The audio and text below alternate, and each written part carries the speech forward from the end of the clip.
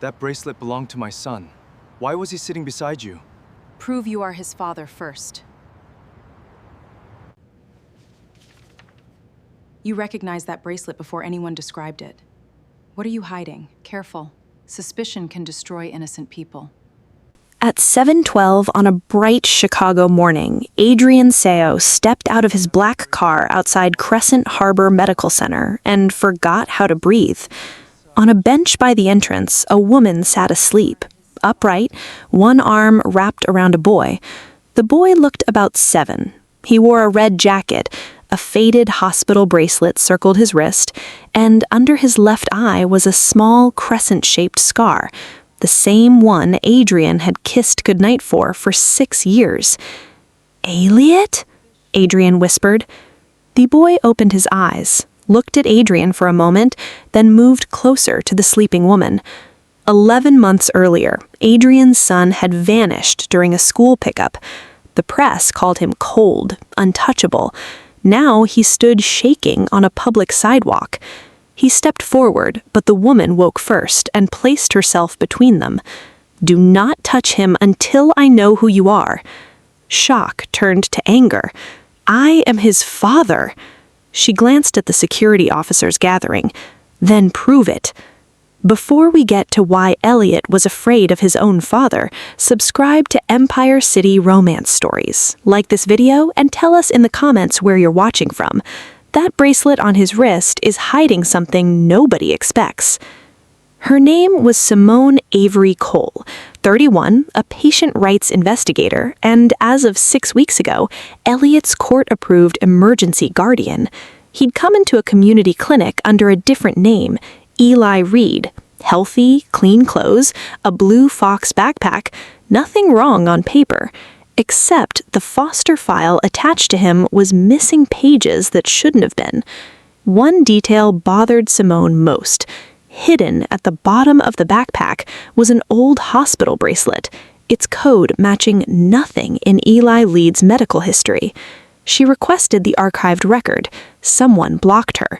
Then a message showed up on her phone from a number she didn't know. "Stop asking questions or the boy gets moved again."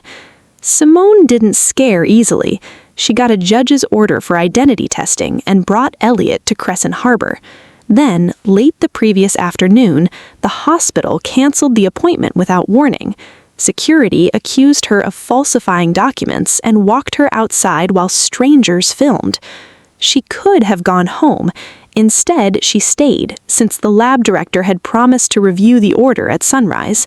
Elliot wouldn't leave her side, so she kept him warm, bought him breakfast off a cart, and waited where she knew it was safe. Now the phones were pointed at her again. "That's the woman who took Adrian Seo's missing kid," someone shouted.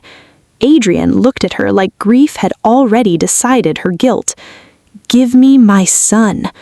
His name may be Elliot, but right now he trusts me. Pull him away while he's frightened and you will hurt the exact child you claim to love." That silenced the sidewalk. Elliot reached into his backpack and handed Simone the bracelet. Adrian saw it, a tiny blue star drawn beside the barcode. His late wife had marked every one of his bracelets that way, because he was always afraid of losing things. His knees nearly gave out. "Where did you get that?" Simone held his stare. "That's exactly what I came here to find out." They moved inside. A private room opened, and the DNA test was rushed through. While they waited, Adrian's general counsel, Celeste Ward, arrived with police officers and a prepared statement accusing Simone of unlawful custody. Celeste had been at Adrian's side for 12 years, running the search for Elliot from day one, sitting beside him at every press conference, holding his shoulder every time hope ran out. But when Simone saw the bracelet, her composure slipped for half a second. Simone caught it. "You recognize that bracelet." Celeste's smile came back fast. "Everyone has seen photographs of Elliot's belongings. Not this one. It was never released to the public." Adrian turned toward Celeste, but she'd already put a file in his hands. It showed Simone had once been disciplined for pulling a child from an unsafe foster home without waiting for police approval. "She's broken procedure before. Grief is making you careless, Adrian." His face closed again.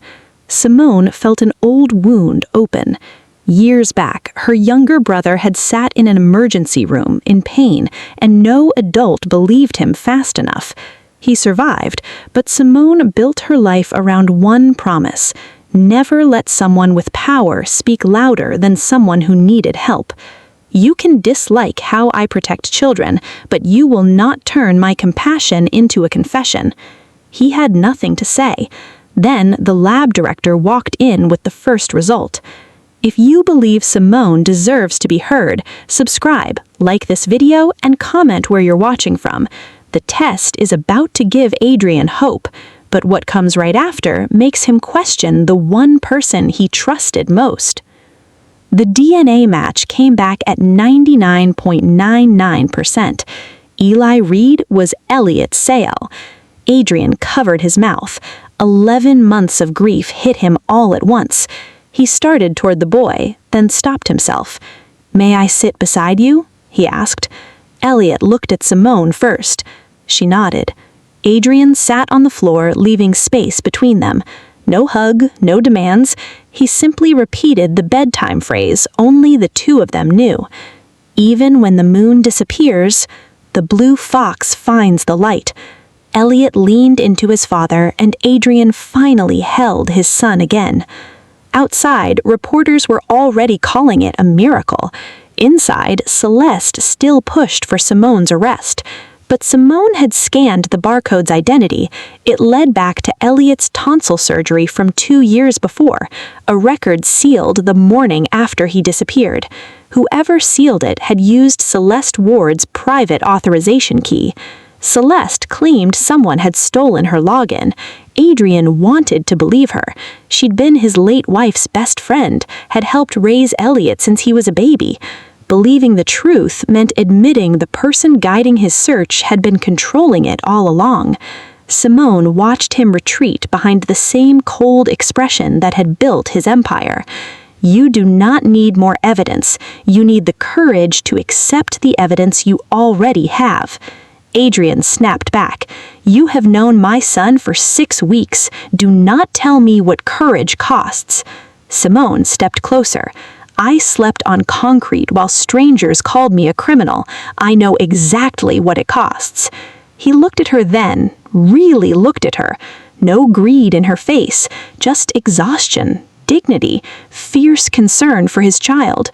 Shame pushed the suspicion right out of him. Celeste slipped out while they were still arguing. By noon, the story online had turned cruel. Edited footage made it look like Simone had resisted Elliot's rescue.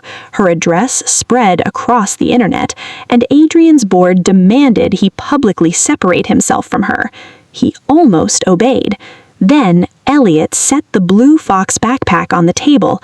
"Why did Miss Celeste tell me Daddy stopped looking for me?" The room went still. Elliot said he remembered her voice from the first foster house.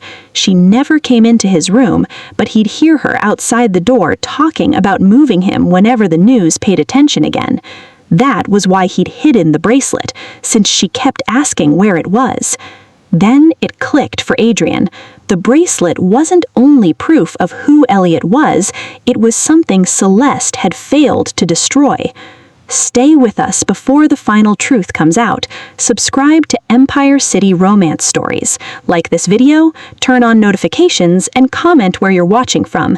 Adrian is about to learn exactly why his son was taken. Adrian refused the board's order. He walked out to the hospital entrance with Simone beside him and faced every camera pointed at him. "This woman did not take my son. She protected him when my money, my investigators, and my judgment all failed. Every accusation against her is false, and I am sorry I ever added my voice to them." It didn't repair the damage, but it was the first honest thing he'd done without trying to control how it looked. Simone handed him back the bracelet. "There's an archive number inside that barcode. Ask who requested the seal on that record." Adrian's security team traced it straight to Celeste's authorization key. They also recovered deleted board emails. Celeste had been selling confidential research through a shell company. Adrian was preparing an internal audit, and she feared Elliot had overheard her discussing it with a buyer at a school event. So she arranged a false pickup, moved Elliot through hidden foster transfers, and sent Adrian's search teams chasing leads 2 states away. Returned the boy only after Adrian sold the company and closed the audit for good. That was the plan. Then Simone's barcode request threatened to expose everything. The final proof came from the hospital's audit backup. The same hardware key that sealed Elliot's old surgery record created the false Eli Reed cover sheet 4 days later, a key that required both Celeste's fingerprint and her passcode. There was no explaining that away. She was arrested at the airport minutes before her flight departed. The board removed her that week. Every foster file she'd touched was reopened. Every worker she'd bribed placed under investigation. Justice didn't arrive because Adrian had money and power.